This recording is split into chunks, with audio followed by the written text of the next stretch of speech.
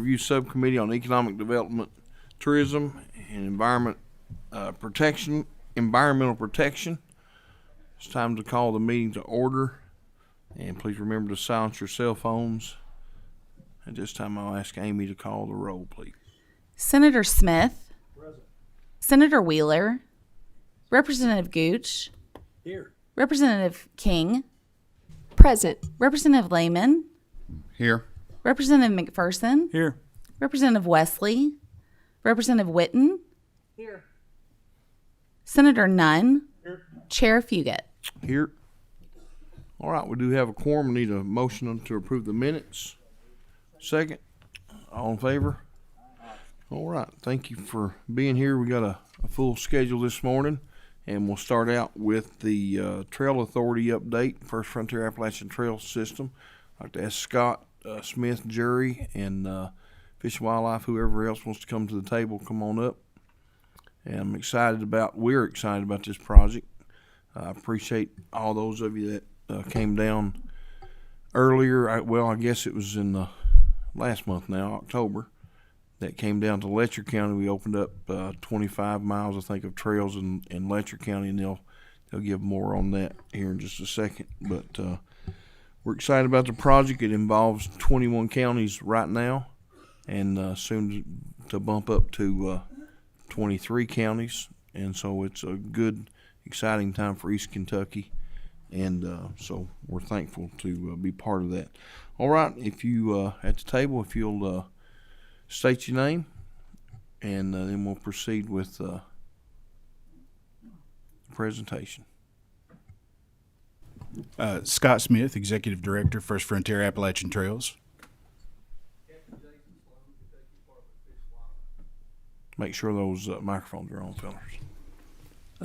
Jerry Stacy, Perry County Representative and the Trail Authority Chairman. All right, thank you, fellas. If y'all want to begin the presentation. Yeah, I'll start. Just basically, I wanted to talk briefly about how much we appreciate this body for all the assistance since we've started this process. It's there's no way we could be where we're at today without your all support. It's very important. As chairman, representative of the Trail Authority, I think I can speak on behalf of all 21 counties. We've went up from 18 to 21 just in the last year, still having more interest from other counties because everybody's beginning to see the progress in economic development and the potential of what this is. But I think I can speak for those to say that we appreciate you guys, all of our state legislators, for their support over the years from the beginning of this. And talking about the economic development, which this is what this is. I mean, we're using trails and, for the foundation of what we're trying to accomplish here. But this is 100% economic development. And I think you'll see that today as we move forward through this presentation. Some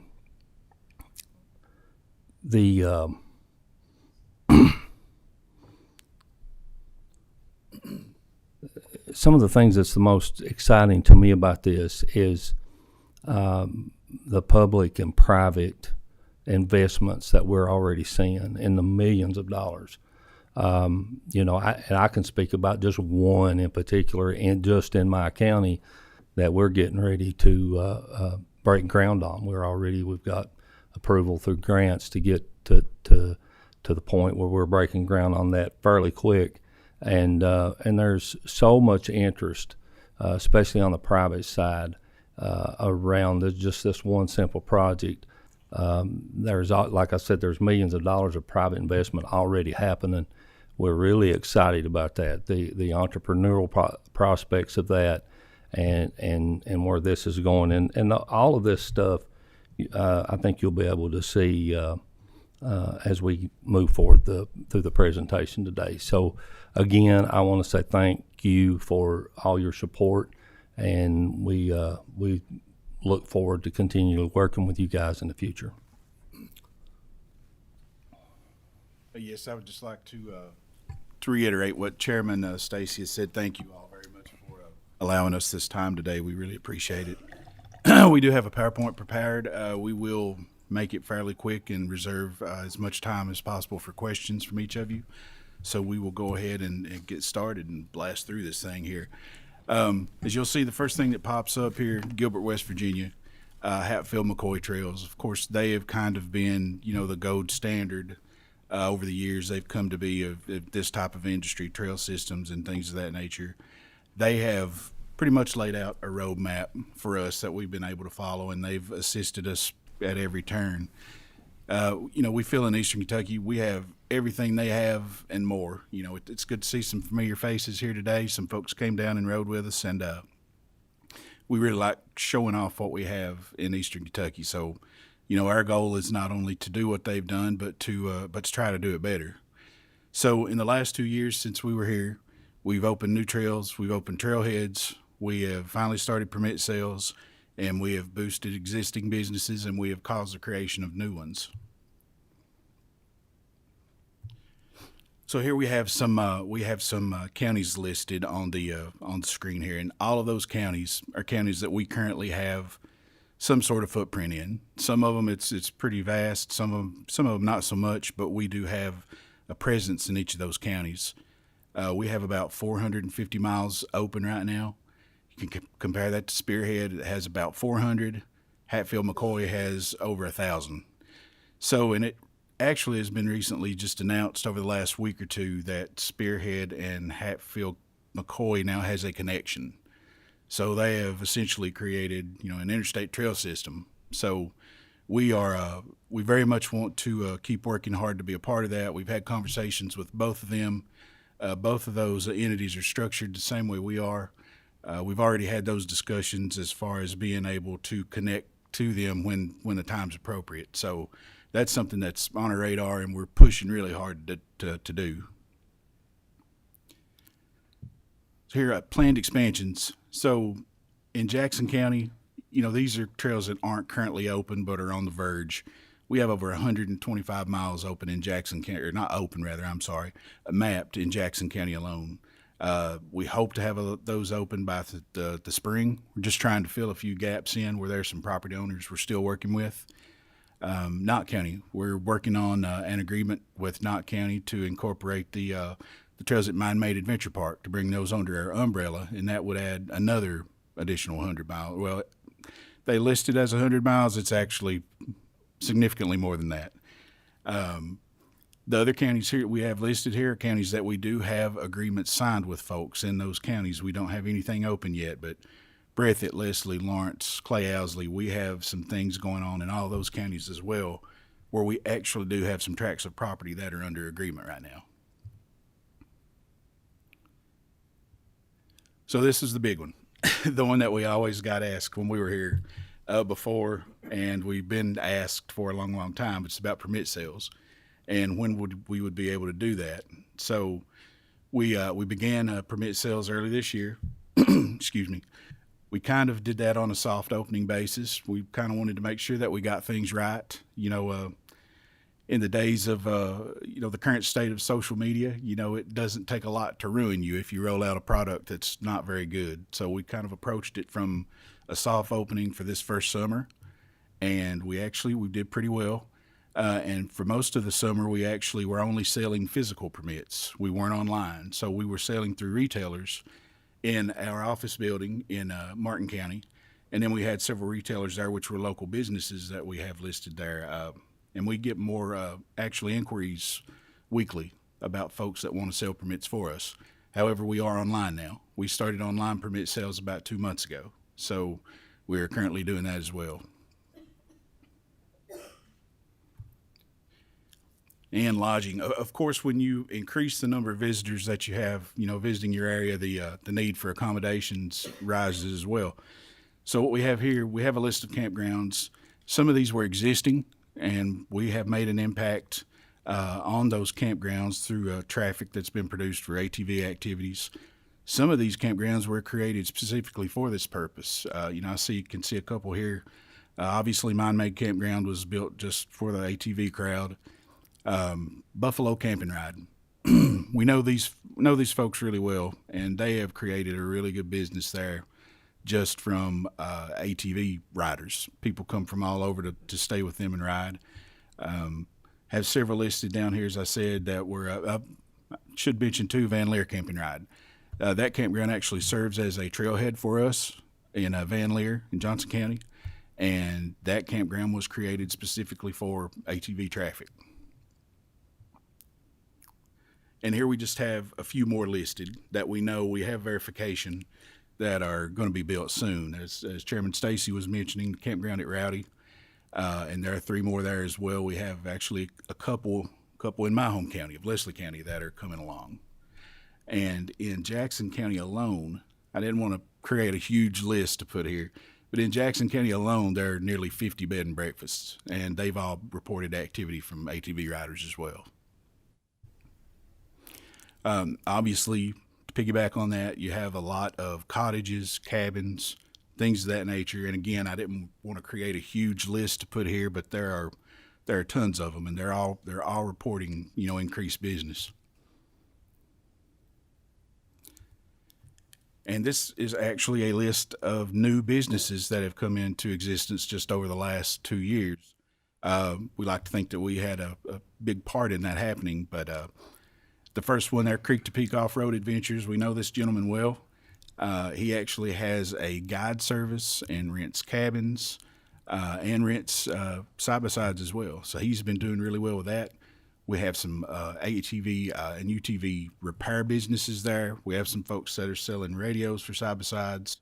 And the bottom one is actually a gentleman that is doing a recovery service for wrecked ATVs when they're, down and out and they need some help. So he's capitalized on that.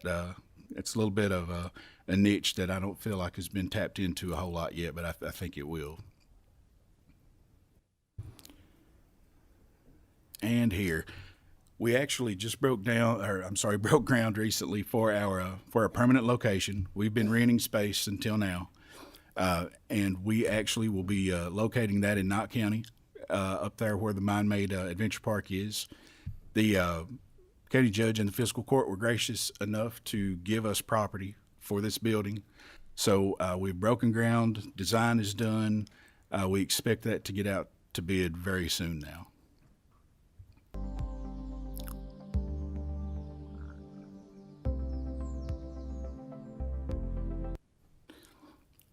Agreements that we feel have been very beneficial and important. We actually have an agreement signed with the National Forest, and we have been working in conjunction with them just to explore the possibility of having trails on Forest Service property. And, as many of you know that may have worked with them in the past, that's kind of a tough door to get through. We have made some headway there. We're still working with them, and things are going really well there. And probably the biggest one we have, the agreement that we have signed, is with the Kentucky Department of Fish and Wildlife. And actually, I have Captain Jason Sloan here with us today, and I think he's going to say a few words on the agreement we have in place. Sure. Thank you again for giving us an opportunity to be here. Since January 1st of this year, the Kentucky Department of Fish and Wildlife law enforcement have done 638 hours worth of patrols through our MOA agreement with First Frontier. And our goal as law enforcement with First Frontier is to provide a law enforcement presence on these trails for safety, security, and to make sure everyone's playing by the rules and regulations. We've been very pleased with our relationship so far. It's kind of a win-win for both agencies. These areas on the trails where we patrol are our normal locations these game wardens are every day. So it's kind of makes sense that we're out there. We've worked with local fire departments and emergency management areas to mark some of these landing zones for emergencies. Should we have emergencies occur, such as wrecks, serious injuries, or things like that on these trails. So we're planning ahead for things like that. We're scheduling a regular rotating schedule of game wardens across eastern Kentucky to patrol these. So it's been very beneficial. So far, we haven't had any issues. We've concentrated on existing laws, which are on the statutes and regulations right now, such as DUI, such as criminal littering, things like that. And at the request of First Frontier, we have worked, some of the local trails have unfortunately had some garbage dumps on them, and they've asked us to work some cases on that. And through our documentation, it allows them to get some grant proposals put together that they can get that stuff cleaned up. And maybe we can put a stop to some of that and unsightly garbage that you see. But so far it's been great. As we do expand, it may become an issue of having, we need some more officers. We're currently at 91 officers with 25 in the current academy. So that's something we're looking forward to. We really enjoy this relationship. And as things expand, we're excited about it. Captain Sloan, thank you very much. We appreciate everything that you do for us. And just to throw in a little tidbit there, you know, I've always thought that the agreement with Fish and Wildlife added a different level of validity, I think, to what we're doing. That's a big question we get when we talk to landowners, and we can go in there and tell them that we have a contract with Fish and Wildlife to patrol. That makes a huge difference. Sponsorships and grant funding. So we are currently sponsored by Onyx Off-Road. They provide some mapping tools for our trail development coordinators. They provide some signage for us and things of that nature. So that's been a pretty good partnership with them. That's also that's a tool that a lot of the folks in the riding community use to find their way around when they're out in the woods. So it's a positive thing for us to have our trails on their platform. We received an ARC grant a couple years ago to complete a master plan. That is near completion now. We've actually received a grant from Yamaha that was for trailhead signage. We actually purchased an ATV and a brush cutting machine with that grant money, so that's been a nice plus also. We just applied for another ARC grant recently, and RTP will roll around soon, so we will be seeking those funds as well.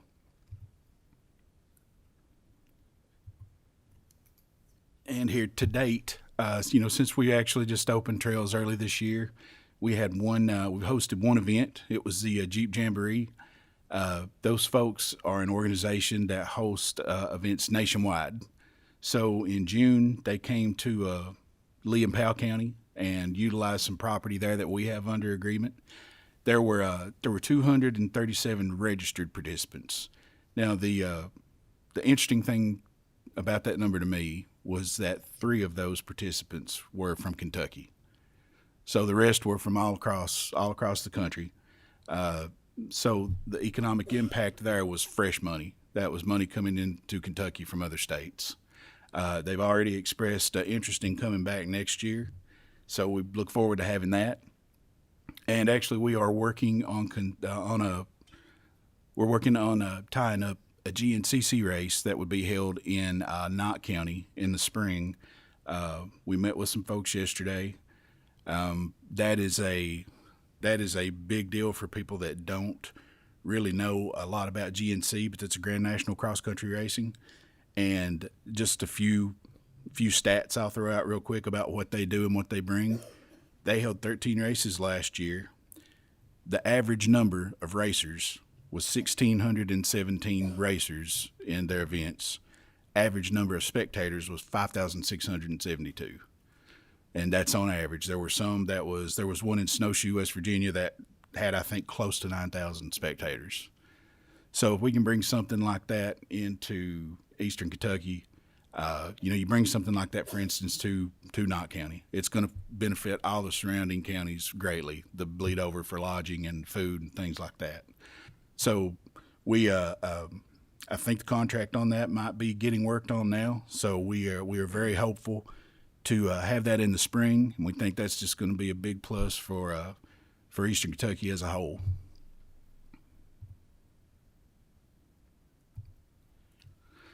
So our future goals, what our plan is within the next 2 years, we would love to be over the 1,000 mile mark. That's a pretty lofty goal. We think we can get there. Of course, it always depends on the the participation from landowners, but we think we can get there just based on the number of miles of trails that we have mapped currently.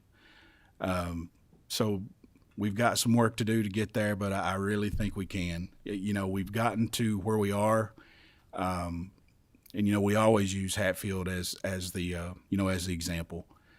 We opened trails in 4.5 years. It took them, I think, 8 or 9.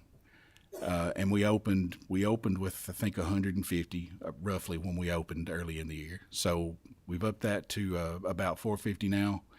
Our goal is to get over 1,000. We really think we can do that. We're going to ramp up advertising efforts. We've recently engaged with a media company that will manage their social media, and they're going to launch a digital marketing campaign.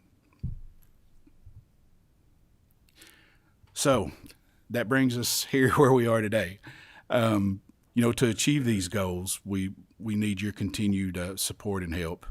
Over the last year, we expanded from 18 to 21 counties, and I know that we have interest from 3 more right now. So if those counties choose to join, we would be at 24. So we need additional staffing.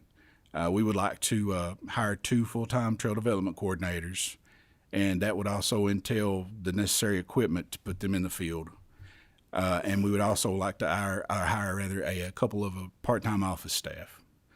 So our request for this budget cycle would be $3.5 million for the 2-year cycle.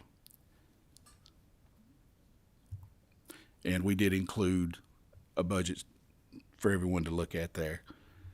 So it's essential for our growth to continue. And right now we're just the growth has taken off at such a pace that I didn't anticipate. We really need some additional staffing right now.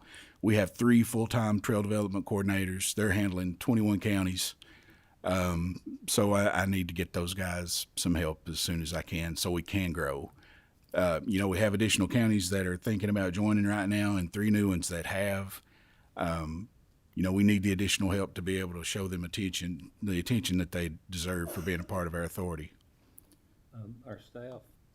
Our staff has done such a good job in the last year. The 450 miles of trails that our director just mentioned, that's all occurred in the last year, and they've done such a good job, and they work really hard every day. They've hit it out of the park to gain that many miles in that short a period of time. And as Scott mentioned, I'm really excited about over the next 2 years where this can go, because I really do think we can get to that 1,000-mile mark and above. The interest level now is staggering. People are coming to us now. It's beginning to snowball. Just as little as 2 years ago, we were pushing, having conversations. We were instigating those conversations. That's reversed now. I'm even in my local community, when I'm out, people are just coming up to me and asking about our campground and expressing interest in investing money in their own properties and their own businesses around these things. And it's the public sentiment out there is really, really good right now, and it's just going to get better. So to conclude, we think that our project has expanded tourism along eastern Kentucky. We're bringing in more visitors every day. The economic benefit is, I think, it's substantial, and it's going to be noticed sooner rather than later. So we appreciate everything that you have done for us to this point. We appreciate the support, and thank you very much for the time today. Thank you, Scott, and all of you at the table. Also want to say, before we get into questions, I want to thank Sandy Dunn, who's here today. She served as DLG Commissioner in 2017, right? Is that right, Sandy? And she was really the first believer in our project way back then that helped fund several things that we had going on in Knott County and other counties at that time. So I thank you for being here today, and thank you for your belief in us way back then. And then Eric Hubbard's here today, Backroads of Appalachia, and what he does in conjunction with what we're doing is going to be great for all of East Kentucky. When he does the motorsports on the highway, we're going to put people in the dirt and through the mountains. And so it's going to be a great combination. Fish and Wildlife obviously is a great partner to have in this, and they've worked with us from the very start, and we thank you for being part of it. Tim Whitehead is one of our trail coordinators. He's here today, and what we the trails for those of you that have never been down, the trail system is not just okay. Let's map trails and let's go riding. Right now, there's what we call wildcat trails where we all ride illegally. Obviously, we're trespassing on people's property because they're there. I mean, that's the truth. Allegedly trespassing. So what our trail coordinators have to do, they have to identify where the trails are. Then they have to go to the courthouse and pull records of who owns that property. Then they got to go out and make contact with the property owners. And then they got to talk to them about, hey, will you come into an agreement with the trail authority and explain to them the perks of having the trail authority over their trails and the liability that's lifted from landowners. And so there's a lot of work that goes into whether it's a big tract of land or a small tract of land. It takes the same amount of work. And so the three trail coordinators that we've got, they do a great job. Scott Blevins, Brandon Davenport, Tim Whitehead. Of course, Scott's our executive director. They do a great job. But, if you look at this project, and it's special to me because, we've worked on it ever since I've been up here, since 2017. But you look at 21 counties that we're trying to put trails through, and we've got 4 people working. We really need that extra funding to put more people to work. And those of you that have come down to visit the trails, it's amazing, really, what they've done and what it's going to do for our communities, economic development, and all it's going to bring in. And we're going to make that Kentucky tourism video too, right? We're going to be on that next time they come out. We've talked to them. Hopefully, we'll get some trails on that. Anyway, get to questions. Representative McPherson. Yes, I appreciate what you got here today. I'm sorry I wasn't able to be there the other day. I had a committee meeting here. I'd love to have been there. We have a Blue Hollow in our area where a lot of people go and just different things. Got a son-in-law that's into it hugely. So tell me a couple of things. The permit, when you buy a permit, what does that allow you? And then secondly, back to the chair, I'm a real estate appraiser by trade. What kind of permit? What kind of agreements do you have with landowners, and what's in it for them? Is there a way for them per mile to get a lease or rent, or how are you coming to those agreements? And again, I guess what's the benefit to them? Thank you very much. We use a very simple license agreement. It is pretty much and we did get that from Hatfield McCoy. We have done a lot of things based off what they've done because it obviously worked. There was no point in reinventing the wheel. The license agreement it's pretty lenient. It's very favorable to the landowner. The landowner can exit the agreement with 60 days notice. There are some provisions to pay for agreements if we absolutely have to. Our template that we started with was based on mileage. So, the benefits or the indemnification based on the statute that created the authority. So that's a big one in itself. But a lot of the property owners, they like the fact even more of the patrol, the garbage control, things like that. There are lots of these folks that the trespassing goes on their property, but they don't really try to fight it, but they really like hearing that we're going to have patrol there, keep things clean, keep people from acting up, as Captain Sloan said. But the permits will allow you to ride on any trail that is a First Frontier trail. We are working on some things as far as mapping to make sure that everything that's out there with our name on it, we want people to know that it is legal for them to ride on if they have purchased a permit. Permits are $25 for a year for an in-state resident. So it's, the cost shouldn't be a concern for folks. It's pretty cheap. But yeah, we sell those based on, they're good for a year from the date of purchase. You can buy them online.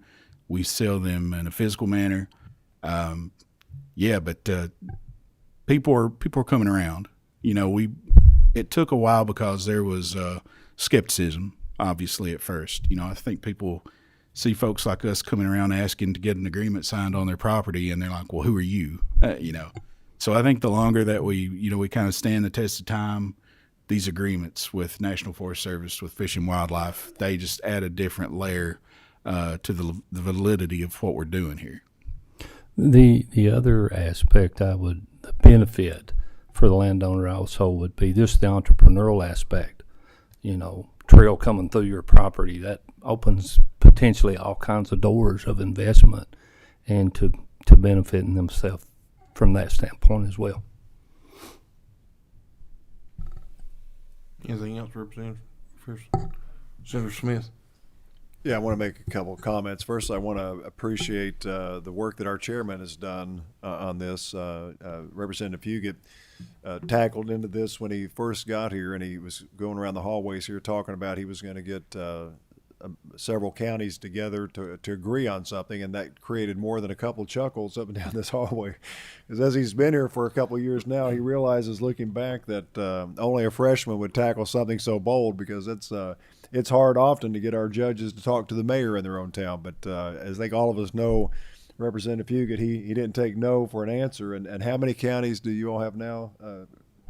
21. Which is remarkable. And I want to point that out, because this is something new for Kentucky.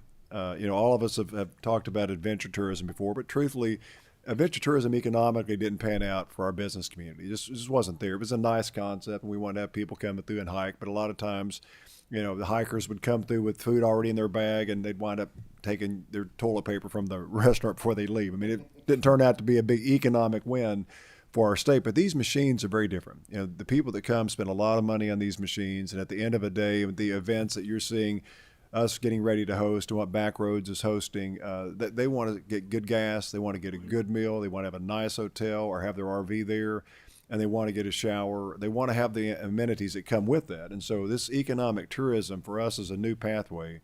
And you are pioneers. This has never happened before. You gentlemen sitting there at the table, this is the first time. It's the first time any committee members have had a chance to have a presentation like this in our state's history. Even though we're rich with trails and outdoor adventure, we've never organized it like this. We've never had this many counties come together. So as a senior member, I wanted to point out this has never happened before. It's a very special moment for all of us. And anytime you're a pioneer, you got to chop your own pathway. And so you guys have had to go where nobody else has gone before. You've had to get counties that have got a history, a rivalry between football teams and basketball teams. They won't even talk to get into the same room and sign an agreement together. So I do think it's been a challenging project, but you guys have done a tremendous job.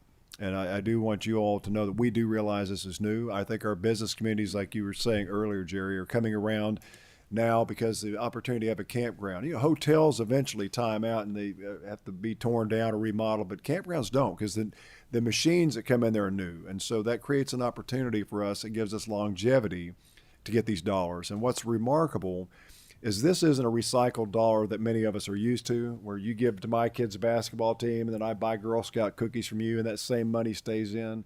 What Chairman Fugit and this group has done is brought in dollars we've not had access to before. And to be smart about it, we brought in the law enforcement aspect, and you've got the right team there to do that as well, to make sure that we can do this and be on a good path forward and keep it from getting reckless like some states have had. Because if people have a bad experience or you get out in these areas and don't feel safe, you're not coming back. So there's been so many things you've checked off and done it right. And I just want to take just a few minutes this morning and point out that you've done a great job. This is new. I'm glad to see Eric Hubbard and Sandy in the room as well. They've been a big part of this, and they build on it. They're able to recruit and bring in big programs that are coming, and we've got some like King of the Hammers and other ones that are coming that are going to be built on the back of the work that you are doing at the local level. And so it all works together.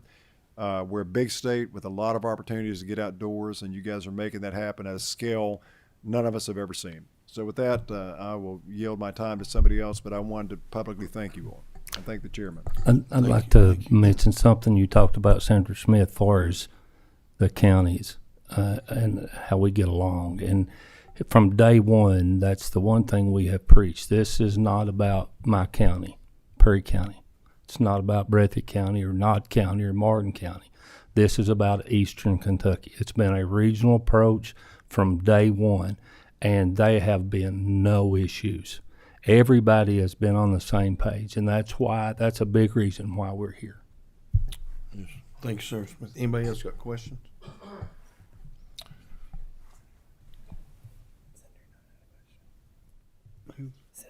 Okay, Senator Nunn, sorry. No problem, Mr. Chairman. Thank you. Hey, fully supportive of what you're all doing. Thank you for what you do. I also really appreciate the transparency that you gave us in your presentation, giving us your full budget. We get a lot of budget requests. I don't think I've seen that level of detail before, so thank you for that. I do have one question about, though. You talk about cash balance July 1. Is that revenue from permit sales, and does that assume growth? I just want to make sure we're getting y'all what you really need, because I am supportive. Well, that's an excellent question, and we will obviously take more if that's what you're getting at.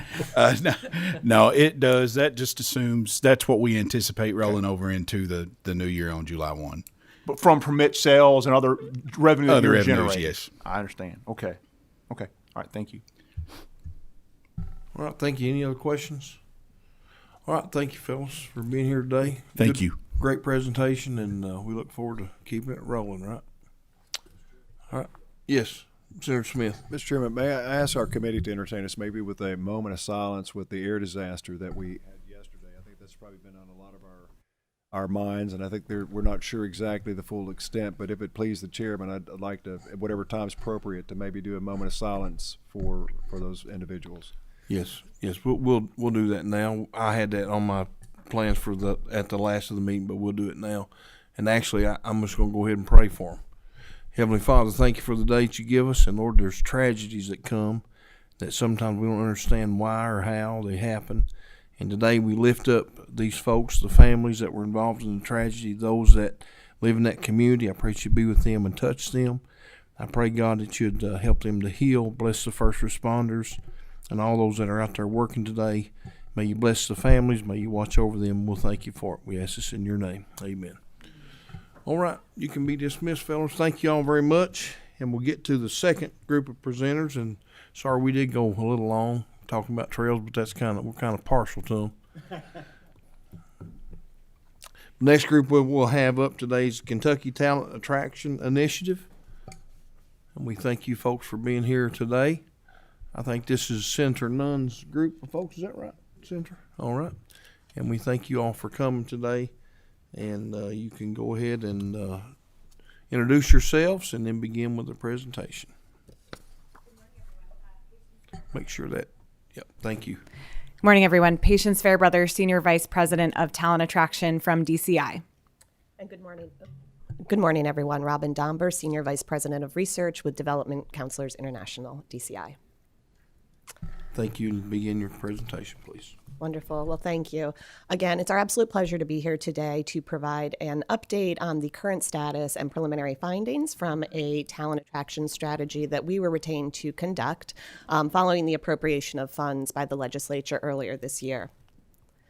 Just a bit about DCI. We are a global research, public relations, and marketing firm, but we are unique in the fact in that we only focus on 3 practice areas related to the public sector: economic development, tourism, and talent attraction.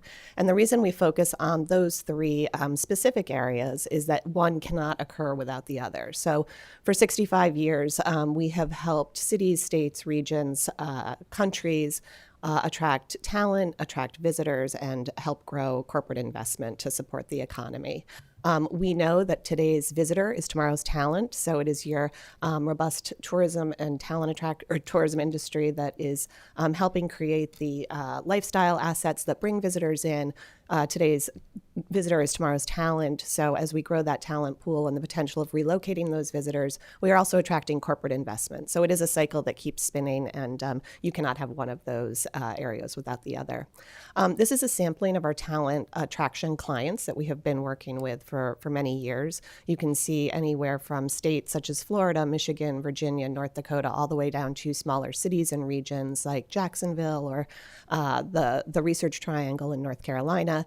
And what this slide represents is that there's no one size fits all. All talent attraction and retention initiatives have to be customized, and most importantly, they have to be measurable because of the resources that are allocated at different levels regarding, regardless of the size of the client. We know that our clients need to see a strong return on investment. The reason why talent attraction and retention is so critical is because we are in the midst of what's being called a demographic drought. And what that refers to is the exodus of baby boomers from the workforce in record numbers. Replacement rates are not meeting those replacement demands. So before the end of the decade, the U.S. will be facing a shortfall of roughly 6 million workers.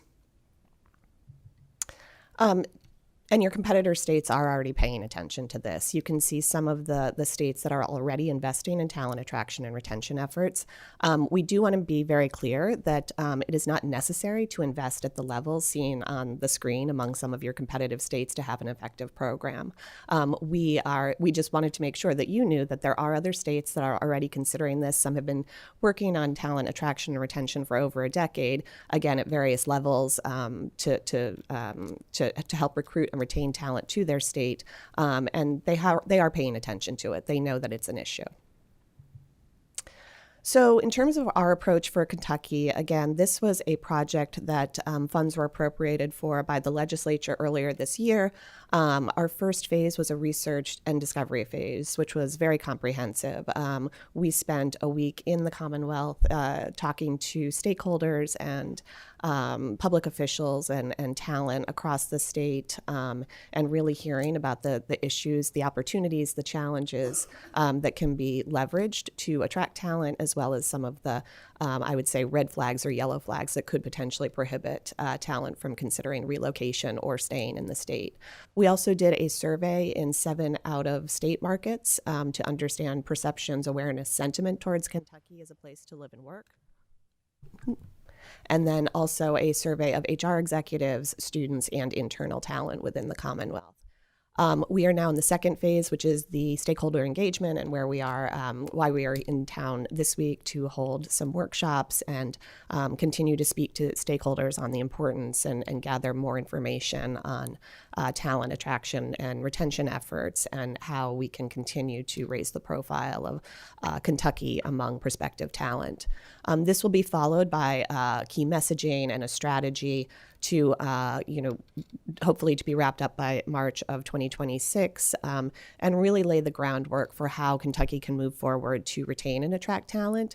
Our hope and our goal is that there will be continued investment to actually implement the strategy. We do not want this strategy just sitting on a shelf, but we want to make sure that it is implemented in a sustainable and effective way. So as I mentioned, we did a very robust and comprehensive research study to get to this point. And for those of you interested, we have more than 100 slides of findings and recommendations, but we did boil it down to 2 slides just in terms of your challenges as well as your opportunities.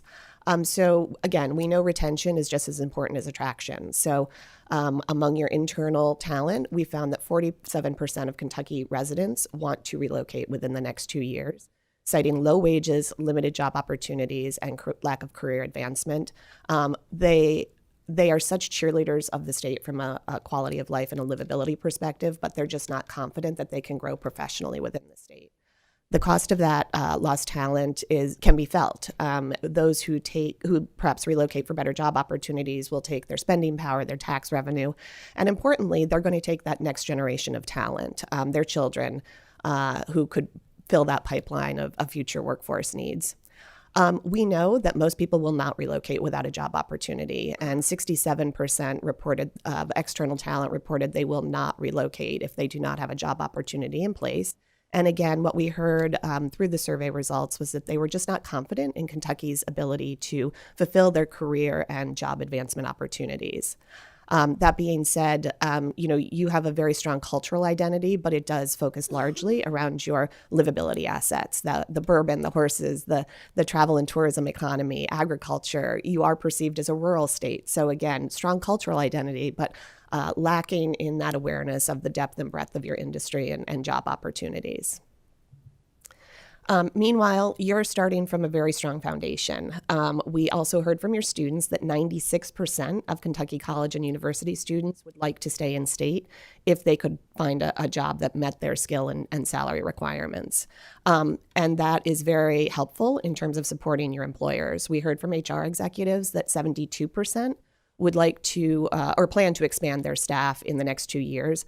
But they also report that they do need those marketing and communication tools and that key messaging to help sell the state. They're great at selling the job, but they are not as well-versed or capable of selling sort of the livability assets and why people should relocate or stay in the Commonwealth.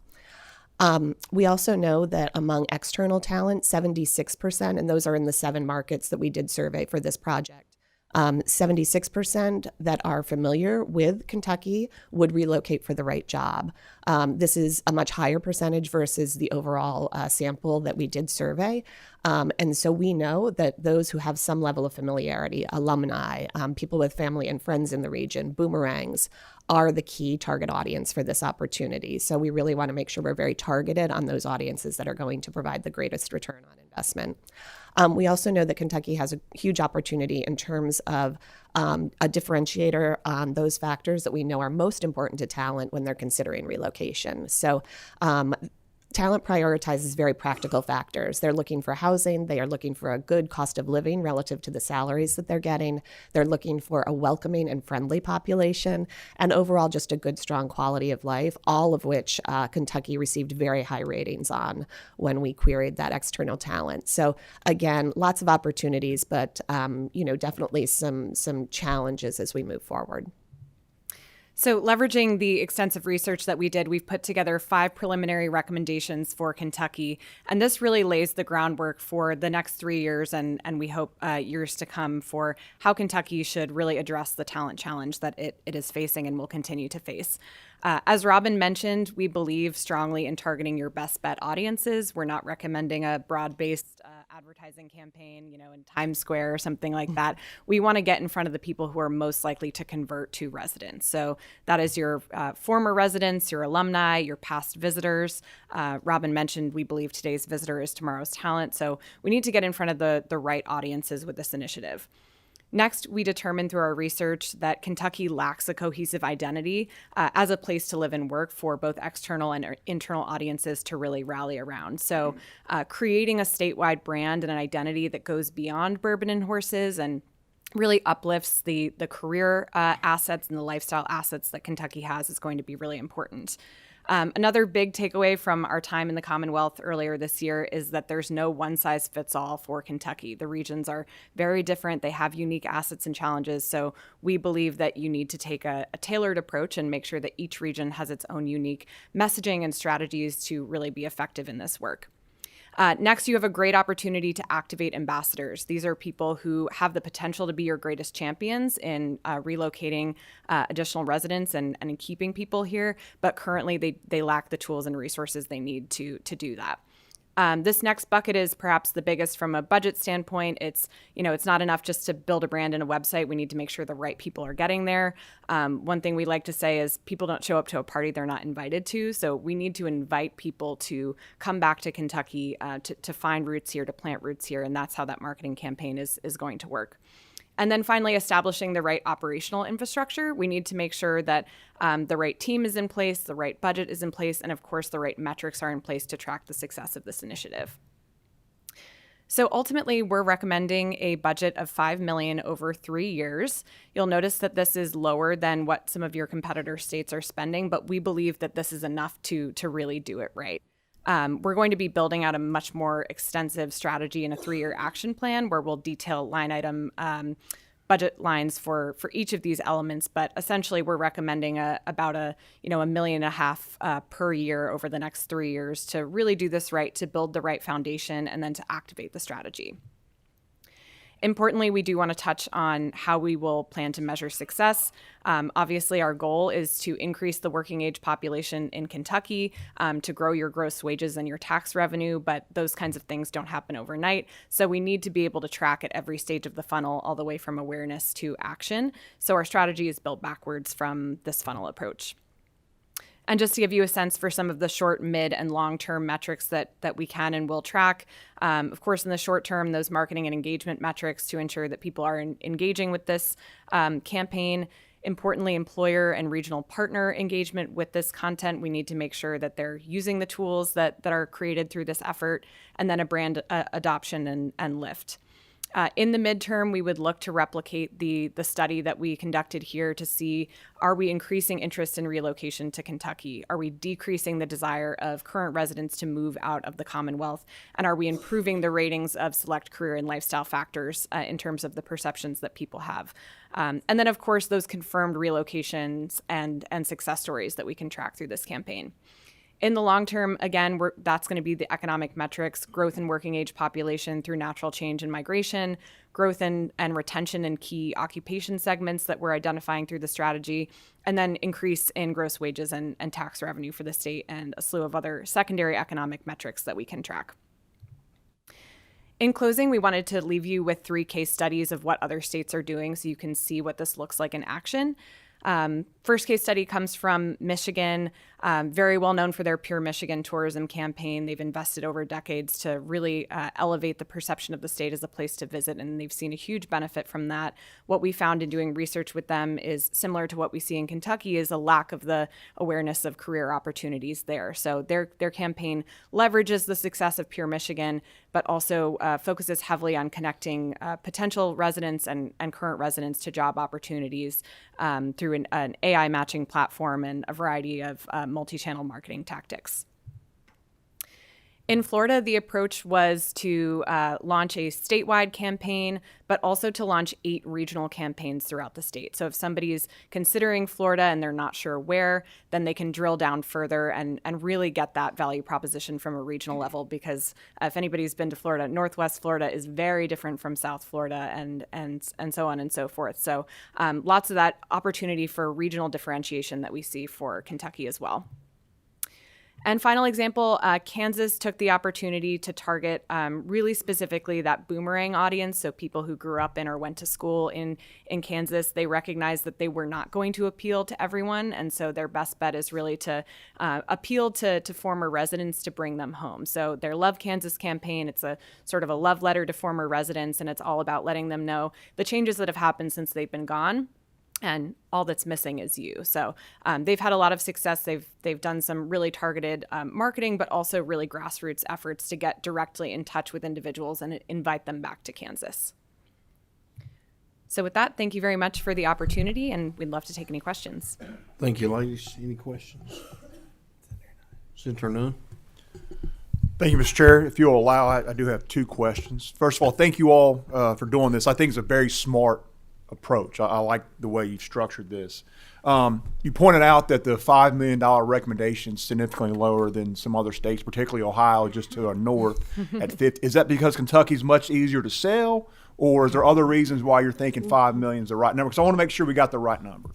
Yeah, absolutely. So Ohio is an interesting example, and we could speak more about how it's funded. But they have a lot of budget that they're working with, essentially, and what they're doing is more that sort of broad-based awareness campaign, and they're actually combining their talent attraction efforts with their business attraction efforts. But they have things like, I'm based in Brooklyn, New York. They have murals and billboards in New York City, a very expensive market. That is not something we would recommend for Kentucky, because we believe you need to be more targeted, and that it's not just about throwing money at broad-based awareness. It's about that more targeted approach. So in the work that we've done with other states, we believe it can be done really well and in a targeted way for the budget that we're recommending. Well, again, very smart. Thank you for that. My next question is, and you kind of touched on it. You talked about Ohio's approach with business attraction and talent attraction, kind of working hand in glove. I think when we first look at this on the surface, this would look like an ideal thing for the Economic Development Cabinet to lead. What have you seen in other states, though? Is this something that maybe like a Chamber of Commerce, for example, could lead?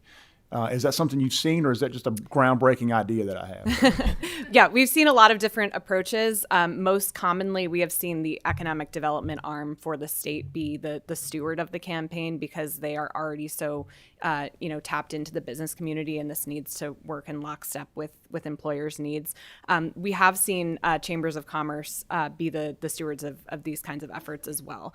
I believe that the most sustainable approach we've seen is a public-private partnership model where the state is allocating funding, and that you're also seeking support from employers, because they're already spending money to advertise and market to external talent and bring them in. So if they were to put some funds into the pot and really have a stake in the game, then that would allow for sustainable funding from the state plus additional funding from employers. We've also seen some states actually house this kind of effort in their tourism arm. Kansas, for example, their tourism cabinet actually runs the campaign because they have the marketing staff and they know how to market to consumers, essentially. So there's lots of different ways to approach it, but most commonly we see it in the economic development space. Thank you. Representative Lehman. Thank you, Mr. Chairman. A couple questions. Yeah, thank you. Thanks for the presentation. Just with your experience and and I know it's still preliminary of what you've been looking at in Kentucky. I mean, how the challenges you've seen, some of the initial recommendations. I mean, how does this compare to other states that you've been working with? I mean, is there something unique that stands out here, or are we seeing similar challenges to states our size? Yeah, so I would say that you're actually working from a very strong foundation because you do have such a strong cultural identity around some of those livability assets. People think very much of just Kentucky's welcoming, and this is from the external study that we conducted. You have a very strong identity around some of those things we talked about, but it largely ties to your tourism infrastructure. But again, today's visitors, tomorrow's talent. So when you are bringing those individuals in who are perhaps just visiting, we want to make sure that we are planting the seed on what it would also be like to live and work. But there's a lot of states and locations that don't even have that platform, that just don't have that tourism infrastructure or have that pool of visitors that are coming in that they can tap into. So from that perspective, I would say that you have that asset to already leverage. The awareness and perception of your industry sectors and career opportunities is the real challenge. There are obviously other states and regions that there is a greater awareness of sort of the jobs, the employer base, the career opportunities, and what we heard, externally and internally, even from your students, is that they are not aware specifically of those advancement opportunities. And when we look to the talent that is most interested in leaving the state, it is that mid to upper level executive who just feels that they have sort of tapped out in terms of what they can accomplish further in Kentucky. So I would say that's where we see some strengths and again those challenges versus competitor locations. Thanks. And just quick follow. And look, I asked this because I'm a boomerang person, right? Yeah. So I grew up here. I was gone for 16 years and moved back 10 years ago. I'm just struggling. I'm trying to get to. I mean, you're proposing to spend this money. I'm just trying to understand when we compare to other states. How is this successful? Do you have case study? You showed some of the case studies. Florida is one thing. Maybe Michigan and Kansas are more applicable to what our challenges are, but. I mean, are they successful? Do you see people moving? Do you see population increase? But I'm just trying to, and maybe that's, again, we're only about a quarter of the way through your project, but that's where I'm trying to get to is, Well, there are results from the Kansas. Yeah, so absolutely. We've seen results, and we can talk specifically about Michigan and Kansas since those were a couple of the case studies. So in Michigan specifically, the early results they've seen, they launched in 2023, so it's still relatively new. They've seen a major increase in brand lift. So we're talking about perception of career opportunities in Michigan. So that was one kind of early metric. And then the other key metric they're tracking is connection of individuals to job opportunities. So they have, it's in the thousands. I forget what their actual metric is, but what they're measuring is essentially how many people are we connecting directly to employers who are net new talent in the pipelines of these employers who would not otherwise have considered a career in Michigan. In Kansas, again, it's a little bit more grassroots, and so they're tracking people who actually reach out to them and say, yes, I'm interested in moving back. In the first year, they had 30 families. That might sound small, but that was just with the first year and with the momentum continuing to build there. So we do see that these campaigns work. And there's one example in particular. West Virginia has a very robust program. It is well funded by a foundation, but they took a very targeted approach, leveraging their identity as sort of an outdoor recreation mecca. And they targeted talent in very high density, high urban areas and provided an incentive, but specifically tied it into their outdoor recreational opportunities. So provided free equipment rentals and free park passes. Since the program has been in process, they've had over 55,000 applications, and I want to say 400? 400 families have relocated to West Virginia based on this program. But again, very targeted. Those people who are currently living in high density areas that really wanted more of that, more space, lower cost of living, and access to that outdoor recreation. So I think that's a great example of a very targeted approach. Last thing I'll add just on the metric side is that there are some successful regional talent attraction efforts that have been in progress here in Kentucky for years. Louisville is a great example. They've had their program running for about 10 years, and I know we're going to hear from Eastern Kentucky about their incentive program. So a lot of this effort is also about connecting the dots and uplifting the regional efforts that are already in progress and have already started to see some results. Yeah, All right, thank you. we need to stop. We've Yep. only got about 15 minutes left before we have to be out of the room. So, thank you, ladies, for coming Thank you very today. much. Thank you. And we'd like to ask our next presenter. Sorry, Representative McPherson. Thank you, ladies, very much. All right, next we have Shaping Our Appalachian Region. Folks coming up. We thank you for coming today and being part of the meeting. We need to be out by, at the latest, 20 after, but we're shooting for 15 after. Okay, All right. I hear you. Introduce yourself and go ahead with the presentation. Yes, sir. Let me get this loaded up on here. In 15 minutes. So we will run through this pretty well. First, good morning. It's great to be here. I'm Colby Hall. I'm the Executive Director of Shaping Our Appalachian Region, and I'm joined by two folks from my team, my Chief Operating Officer, Josh Ball, to my right, and Latasha Friend, who is the Program Director of the EKY Runway Program. Can you guys see the screen? I'm trying to get it into presentation mode here. Let's see if that's better. Okay. There we go. So I'll run through this quickly. I think the big thing that we want to get across today is to say thank you. So to Co-Chair Fugate, to Co-Chair Nunn, thanks for the invitation, to the committee staff. We're here today to speak specifically on two programs that we received appropriations for, both from House Bill 6 in the 2024 session and House Bill 1. I think the point is that we believe that we're delivering for you, we believe that we're delivering for Eastern Kentucky, and we believe that we're delivering for all of the taxpayers across the Commonwealth. We think that the ROI and the stats that we're going to share today play that out, and so we're very grateful for that trust and that support, and we do not take that lightly.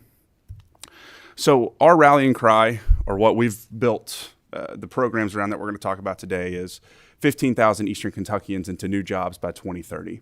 We have some evidence behind that, while that's the number, but that is something that we're rallying our organization around, and we believe is a big, ambitious goal that is achievable over the next 5 years. And some of the obstacles, some of the challenges that both of our programs here today, I believe, address. We see this as root causes. So what you're seeing here is a map of the Appalachian Regional Commission territory. One on the left is from when the commission was started in the 1960s, and then one is from fiscal year 2023. It's been a little updated since then, but for the most part, the map holds. And what we know is a big portion of Eastern Kentucky is still the color we don't want it to be. Right. And so we feel like that the investments that have been made in the programs and what you're going to hear about today are getting to some of these root causes of this level of distress. Obviously, many people on this committee understand what has happened to the coal industry in the eastern part of the state. It's hard for any place, any rural place, to handle a transition like this. Now, this is from the 12 counties that are part of our EDA grant, our runway program, which is Chair Fugate, which is the main reason we're here today. This is from these 12 counties, but you can see, from over 21,000 in 1990 to just under 4,000 in 2022. So tens of thousands of direct job losses that have dovetailed into other indirect negative downstream impacts on communities in eastern Kentucky. Population growth, the rest of the country has seen a 50% increase since 1980, and we know that eastern Kentucky has not kept pace with that, and that concerns us. And then when you look at the projections, right, this came from the University of Louisville. It's something we see, quite often of, we know that in the next 30 years, if these projections hold true, that everything's going to get a lot harder. And these, people always ask what problems keep you up at night, what things are in your head. This map is seared in my head of something that we can't let this projection come true. So specifically before I get into some of the solutions, this is the runway program, which represented the $4 million investment that the legislature made in us as part of House Bill 6 in 2024, is specifically tackling something called the prime age employment gap. So what you see here at the top is everybody's familiar with labor force participation. So this is a labor force participation, but for prime working age people that are 25 to 54 years of age. Nationally, we've got an issue with this too, but we're going to focus on Kentucky and specifically eastern Kentucky because this is down from about 96% in the 60s. But you can see nationally this number is about 83%. In eastern Kentucky, this shows 62% because we had to use some rolling 5-year averages. What we found in our data is it's closer to 50%. So that unprofessional art class was really the only class I failed. But that squiggly that's supposed to show you the delta inside of that is representative of about 40,000 people in our 12 EDA counties, right? Which is the 12 core coal producing, communities that are the most economically distressed in eastern Kentucky, where the activities of our EDA grant that you all supported are focused. So we launched this program about a year ago at the SOAR Summit. It was a big deal. It totals a $51 million investment, of which the General Assembly chipped in and helped us with some match funding of $4 million. We finished first out of over 700 applications. SOAR was happy to play a role. There were a lot of great partners as part of this. Obviously, Senator Wheeler was with us that day at the summit when we unveiled it. Senate President Stivers, the governor's team, Craft Philanthropy. We couldn't fit all of our partners on stage that day, but it was a great day. And essentially, what your investment is going to is supporting this ecosystem. I know there's a lot going on here and we don't have enough time, but from finding people that are out of work, to staying with them through the process of training, of trying to remove every barrier they could possibly have, we want to clear that runway for them to get back into employment. Now, what I'll say is we talk about a whole human approach, and I have that. The one thing that we can't do for people is we cannot flip that switch inside of their head that says they're motivated to change. We very much believe in agency. We very much believe that, people that come to us that have made that internal decision of I'm ready for a better life for myself, that's when our work starts. And when we talk about the people that we're trying to focus on helping through this, we're looking for that. It's subjective sometimes. You're not going to get 100% correct with that target audience, but you can get pretty close. People that don't show up to the first meeting, the questions they ask, you can be in tune with that.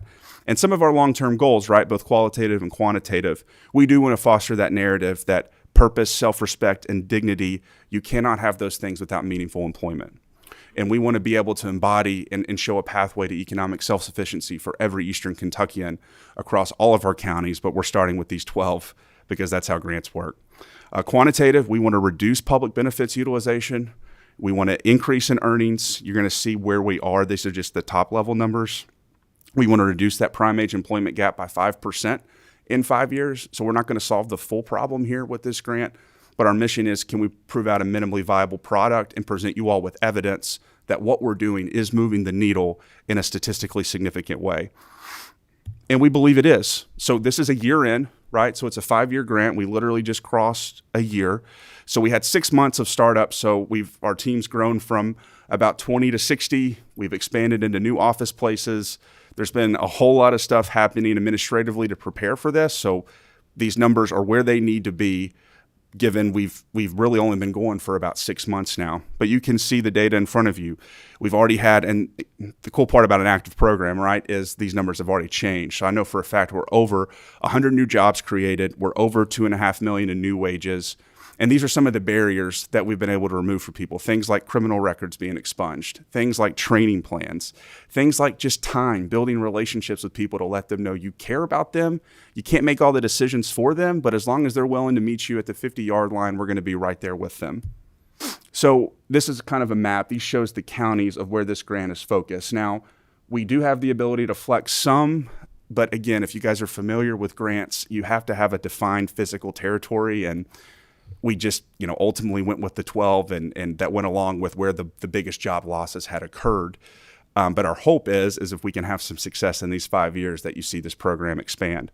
But already demand has outstripped our ability to serve clients. And we want to be very, very intentional with this idea of quality versus quantity, because you feel like if you're just trying to do light touch work to as many people as possible, you're not going to get to that deep-seated problem of those people that have been detached from the workforce for the longest period of time, which I would argue or think is probably some of the people that you guys are most interested in. How do we get them unstuck, right? How do you get those tens of thousands of people back into the workforce? But this is it. So we've had over 1,200 total leads. We've got about 500 active clients where we're sitting from today. You can see the county distribution there. We're working on getting into the places a little bit more that the numbers are lower, but we've had great initial success in Pike County, Floyd County. You can see Knox County, Bell County, and we're really working to make sure that every person, every county judge, every local administrator knows that we're there and we're there to help in those counties. And this just shows some of what our population, the people that we're helping. So health insurance, for example, of the clients that we've came in and took, it's 80% Medicaid, about 15% private insurance, which actually aligns with what we think our payer base is at our hospitals. So it tells us that we think we have a pretty good section of the population. And that we're very targeted with these are the types of people that we're trying to help. You can look at substance use disorder, folks that are in generational poverty, single-parent households, highest education. Again, happy to get as granular as you would want to go on who we've been helping and some of the narratives and some of the things overall we've been seeing with the program. The cool part is we have every person that comes through our program is a life that's being changed. So we have tons of success stories already. Anecdote and qualitative is not everything, but it informs the quantitative side of things. And I can just tell you, I'll never be able to unsee and unhear these stories that we come across every single day of the people that want to work, want a better life for themselves, want a better life for their families, feel that internal dissonance that they're not living out the God-given purpose of their life, but they just need somebody to help them a little bit, to push them, to be there for them, because whether they weren't born or the decisions they've been made, they don't have that support system, and we're providing a lot of that ecosystem for them so that they have a runway to flourish. So that was the $4 million investment that you all made. We're on pace. We budgeted about $800,000 for the 5-year grant. We've expended about $661,000 in this first year, so we're a little behind pace, but it's going to be equal distributions across the 60-month term of that 5-year grant. Now, switching to our EKY remote program, and I'll read 3 minutes and hopefully have a few for questions. I'll go fast. Latasha Friend here to my right has been a rock star for this program. This was a $1.5 million investment that General Assembly made as part of House Bill 1 in the 2024 session. We're also able to match it with some private sector support as well to bring it to a total about a $1.8 million project.